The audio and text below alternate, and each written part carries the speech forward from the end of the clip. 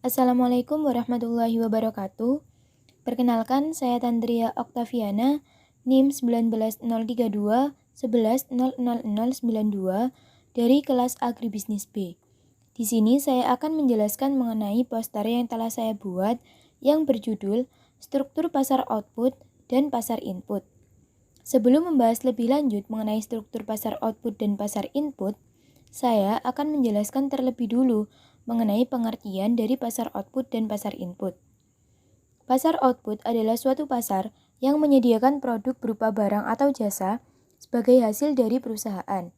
Sedangkan pasar input adalah pasar yang menyediakan atau memperjualbelikan faktor-faktor produksi yang digunakan untuk kegiatan produksi. Biasanya terdiri dari sumber daya alam, tenaga kerja, dan modal. Dalam pasar output, yang berperan sebagai produsen adalah perusahaan. Berbeda dengan pasar input, yang berperan sebagai produsen adalah rumah tangga.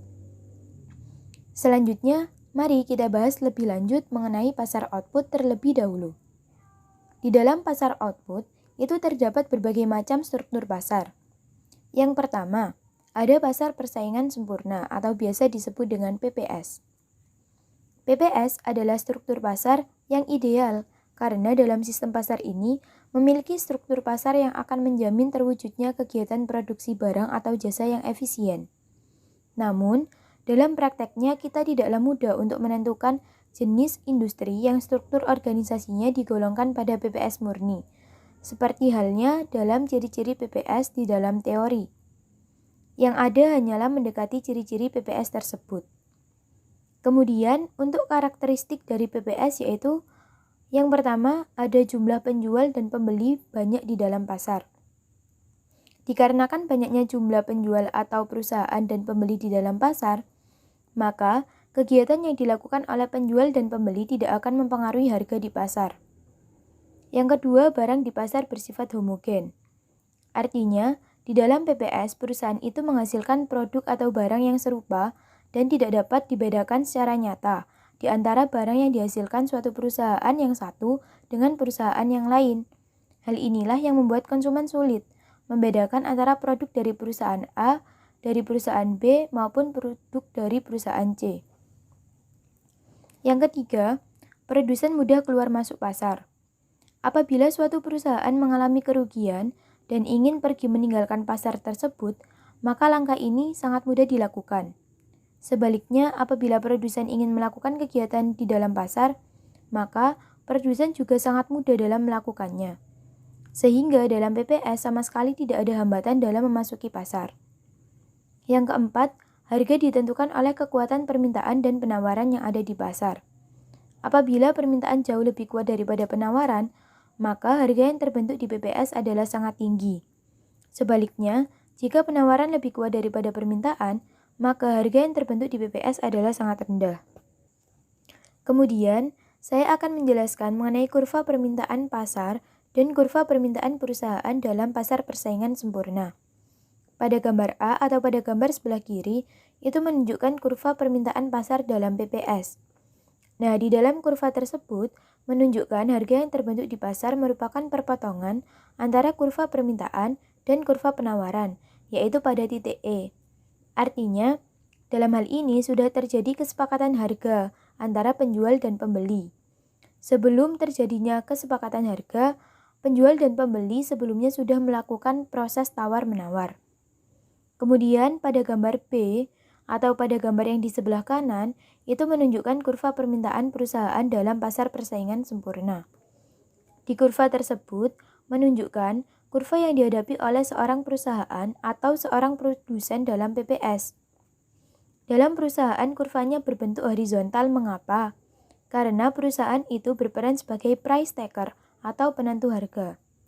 Dalam hal ini, perusahaan tidak memiliki wewenang dalam menentukan harga barang yang ia jual, karena produksi barang yang diproduksi perusahaan itu sama dan produksi perusahaan adalah sebagian kecil dari produksi barang yang diperjualbelikan di pasar. Akibatnya, berapapun jumlah barang yang diminta oleh konsumen dengan harga yang dihadapi oleh produsen itu sama. Kemudian yang kedua yaitu pasar monopoli. Pasar monopoli adalah suatu struktur pasar di mana dalam pasar hanya ada satu orang penjual dan jumlah pembeli yang sangat banyak. Dalam hal ini, produsen atau perusahaan memiliki kekuasaan untuk menentukan harga barang yang dijual atau biasa disebut dengan price setter. Karakteristik dalam pasar monopoli yaitu, yang pertama, hanya ada satu penjual atau perusahaan di pasar.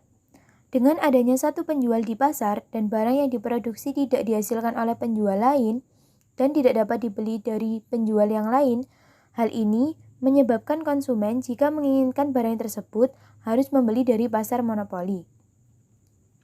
Kemudian yang kedua, adanya hambatan masuk dalam pasar. Jika suatu perusahaan ingin masuk dalam pasar monopoli, biasanya dihadapkan oleh berbagai macam hambatan seperti teknologi yang kurang mendukung, keterbatasan modal, legalitas dari pemerintah, dan hambatan yang lain. Kemudian, barang tidak memiliki substitusi yang mirip. Dalam pasar lain, sulit ditemukan produk yang mirip dengan produk yang ada dalam pasar monopoli. Kemudian, produsen bertindak sebagai price setter. Dikarenakan hanya terdapat satu penjual dan merupakan satu-satunya penjual di dalam pasar, maka perusahaan memiliki kekuatan untuk menentukan tingkat harga atau men-setting harga sesuai dengan yang dikehendaki. Kemudian yang terakhir, tidak ada persaingan dalam pasar. Dikarenakan memang di pasar monopoli hanya terdapat satu penjual dan produk yang dihasilkan pun sama atau hanya satu, maka pasar monopoli tidak memiliki saingan di dalam pasar. Kemudian, saya akan menjelaskan mengenai kurva monopoli alamiah. Untuk suatu perusahaan yang mempunyai daya monopolis alamiah, biasanya perusahaan akan memiliki kurva biaya rata-rata atau AC dalam jangka panjang yang menurun atau memiliki slope negatif. Artinya, semakin besar output yang dihasilkan, maka semakin rendah biaya rata-ratanya. Monopolis alamiah tercipta karena adanya kemampuan seorang produsen atau perusahaan untuk menghasilkan barang dengan biaya yang sangat rendah. Dalam hal ini, semakin banyak barang yang dihasilkan, maka semakin rendah biayanya. Dengan demikian, monopolis alamiah akan memiliki keuntungan yang lebih besar dalam jangka panjang. Untuk total revenue atau total penerimaan atau TR yaitu O, Q bintang, B, B. Sedangkan untuk total cost atau TC, biaya yang dikeluarkan yaitu sebesar O, Q bintang, D, C. Sehingga perusahaan mengalami keuntungan sebesar C, D, B, P bintang. Selanjutnya yaitu pasar monopolistik. Di dalam pasar monopolistik terdapat beberapa karakteristik. Yang pertama, terdapat banyak perusahaan atau produsen. Dalam pasar monopolistik, jumlah perusahaan yang ada di dalam pasar tidak sebanyak jumlah perusahaan yang ada di dalam pasar persaingan sempurna, dan tidak sesedikit jumlah perusahaan yang ada di pasar monopoli. Yang kedua, barang yang dihasilkan memiliki karakteristik yang berbeda. Di dalam pasar monopolistik, setiap produk yang dihasilkan oleh perusahaan memiliki karakteristik atau corak yang berbeda, sehingga konsumen dapat membedakan produk tersebut berasal dari produsen yang mana. Contohnya pasar sabun, pasar sampo. Yang ketiga, rendahnya hambatan masuk pasar. Perusahaan yang akan masuk dan menjalankan persaingan di pasar monopolistik tidak akan mengalami kesulitan. Namun, dalam memasuki pasar ini juga tidak semudah masuk seperti dalam pasar persaingan sempurna. Faktor yang mempengaruhi ialah modal yang dibutuhkan relatif lebih besar daripada mendirikan perusahaan di pasar persaingan sempurna. Yang kedua, perusahaan harus menghasilkan barang dengan karakteristik atau corak yang berbeda dan mempromosikan barang tersebut agar dapat menarik konsumen. Yang keempat, perusahaan memiliki sedikit kekuasaan mempengaruhi harga. Dalam pasar monopolistik, produsen memiliki sedikit kekuasaan dalam mempengaruhi harga dikarenakan barang yang dihasilkan oleh perusahaan itu berbeda. Apabila perusahaan menaikkan harga barang, ia masih dapat menarik pembeli meski jumlah pembeli tidak sebanyak seperti sebelum kenaikan harga. Sebaliknya, apabila perusahaan menurunkan harga, tidaklah mudah untuk menjual semua barang yang diproduksinya, karena pembeli masih tetap membeli barang yang dihasilkan perusahaan lain meski harganya relatif lebih mahal. Kemudian, kurva pasar monopolistik dalam keadaan untung. Pada dasarnya, kurva pasar monopolistik dan kurva monopoli itu sama. Namun bedanya adalah kurva permintaan pada monopolistik lebih elastis dibandingkan dengan pasar monopoli. Dalam kurva tersebut, MC dan MR memiliki persamaan sehingga terjadi perpotongan antara MC dan MR di titik E. Di sini, perusahaan mengeluarkan biaya total atau TC sebesar O Ki bintang B C dan menerima total penerimaan atau TR sebesar O Ki bintang A B bintang. Sehingga perusahaan mengalami keuntungan sebesar C B A B bintang. Selanjutnya yaitu pasar oligopoli. Pasar oligopoli adalah pasar yang terdiri dari beberapa produsen yang menghasilkan seluruh atau sebagian besar total output di pasar. Ada kalanya, pasar oligopoli terdiri dari dua perusahaan yang disebut dengan duopoli. Karakteristik dari pasar oligopoli yaitu yang pertama, terdapat beberapa produsen dalam pasar. Artinya, dalam pasar oligopoli, perusahaan yang ada di dalamnya tidak lebih sedikit dari pasar monopolistik dan tidak lebih banyak dari pasar persaingan sempurna. Dikarenakan dalam pasar oligopoli, perusahaan yang ada di dalam pasar beroperasi dalam skala besar. Contohnya industri mobil, sepeda motor, semen, rokok, dan lain-lain. Kemudian yang kedua, barang di pasar homogen atau memiliki karakteristik yang berbeda. Dalam pasar oligopoli, banyak yang menghasilkan barang yang memiliki karakteristik atau corak yang berbeda. Dalam hal ini, perusahaan menghasilkan barang akhir seperti industri mobil, rokok, kemudian semen, dan lain-lain. Yang ketiga, sulit dimasuki oleh perusahaan baru. Artinya, apabila suatu perusahaan ingin masuk ke dalam pasar oligopoli, perusahaan tersebut harus memiliki modal yang besar untuk dapat bersaing dengan perusahaan yang ada di dalam pasar. Hal inilah yang membuat perusahaan baru sulit untuk memasuki pasar, apalagi jika perusahaan lama itu menurunkan harga secara besar-besaran. Kemudian yang keempat, harga tidak mudah berubah.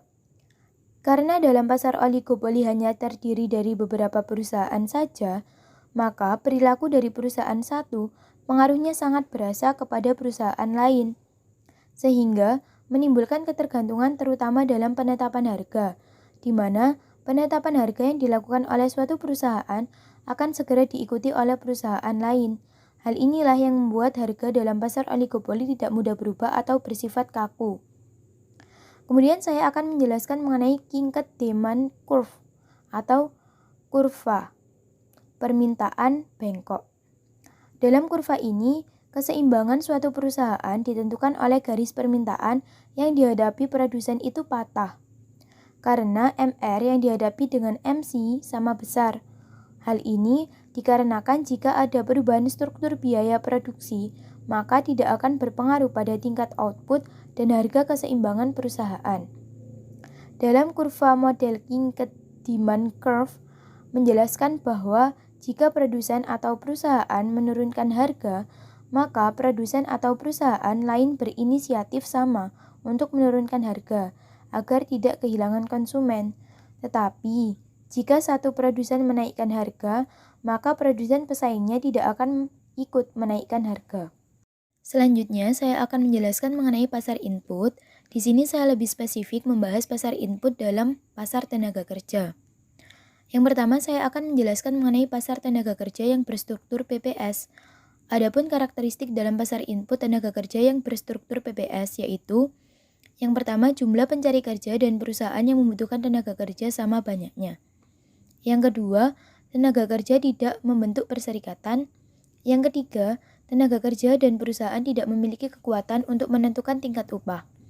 Dikarenakan di antara tenaga kerja dan perusahaan memiliki independensi, maka kedua belah pihak secara individual tidak memiliki kekuatan untuk menentukan tingkat upah. Dalam situasi ini, upah ditentukan berdasarkan keseimbangan kekuatan antara penawaran dan permintaan tenaga kerja.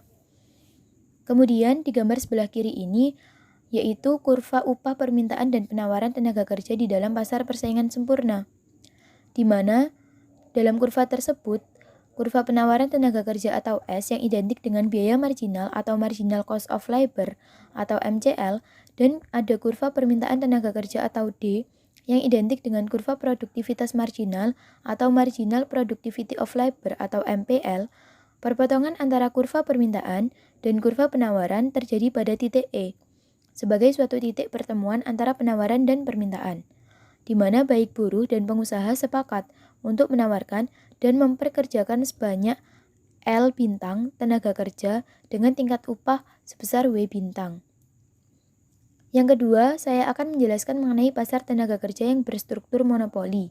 Adapun karakteristik dalam pasar input tenaga kerja yang berstruktur monopoli yaitu, yang pertama, banyak perusahaan yang butuh tenaga kerja, tapi hanya ada satu pencari kerja. Artinya, satu pencari kerja bukan berarti secara fisik, tetapi satu serikat buruh atau pekerja yang sangat kuat sehingga membentuk keseragaman perilaku tenaga kerja. Kemudian yang kedua, tenaga kerja berserikat. Yang ketiga, perserikatan tenaga kerja memiliki kekuatan menentukan tingkat upah. Artinya, serikat pekerja atau serikat buruh memiliki kekuatan untuk menentukan tingkat upah dalam pasar tenaga kerja. Dalam situasi ini, upah pekerja adalah upah maksimum dan akibat dari kenaikan upah mendorong peningkatan pengangguran. Kemudian, di gambar sebelah kanan itu adalah kurva dampak upah minimum terhadap serikat pekerja. Di dalam pasar monopoli, dalam pasar tenaga kerja, kurva biaya marginal atau MC hanya mencakup biaya oportunitas pekerja. Pada awalnya, serikat pekerja memaksimalkan keuntungan anggotanya di titik A, LM, WM, yaitu ketika MR sama dengan MC. Titik tersebut lebih tinggi dibandingkan titik keseimbangan C, LC, WC, yaitu ketika D sama dengan S. Untuk meningkatkan jumlah pekerja, pemerintah kemudian menetapkan upah minimum sebesar W bintang. Penetapan tersebut menyebabkan kurva D dan MR menjadi horizontal pada W bintang sepanjang OL bintang. Serikat pekerja kemudian memaksimalkan keuntungannya pada titik B, L bintang, W bintang. Dengan berdasarkan kurva tersebut, penetapan upah minimum di antara WM, WC akan mendorong peningkatan jumlah pekerja.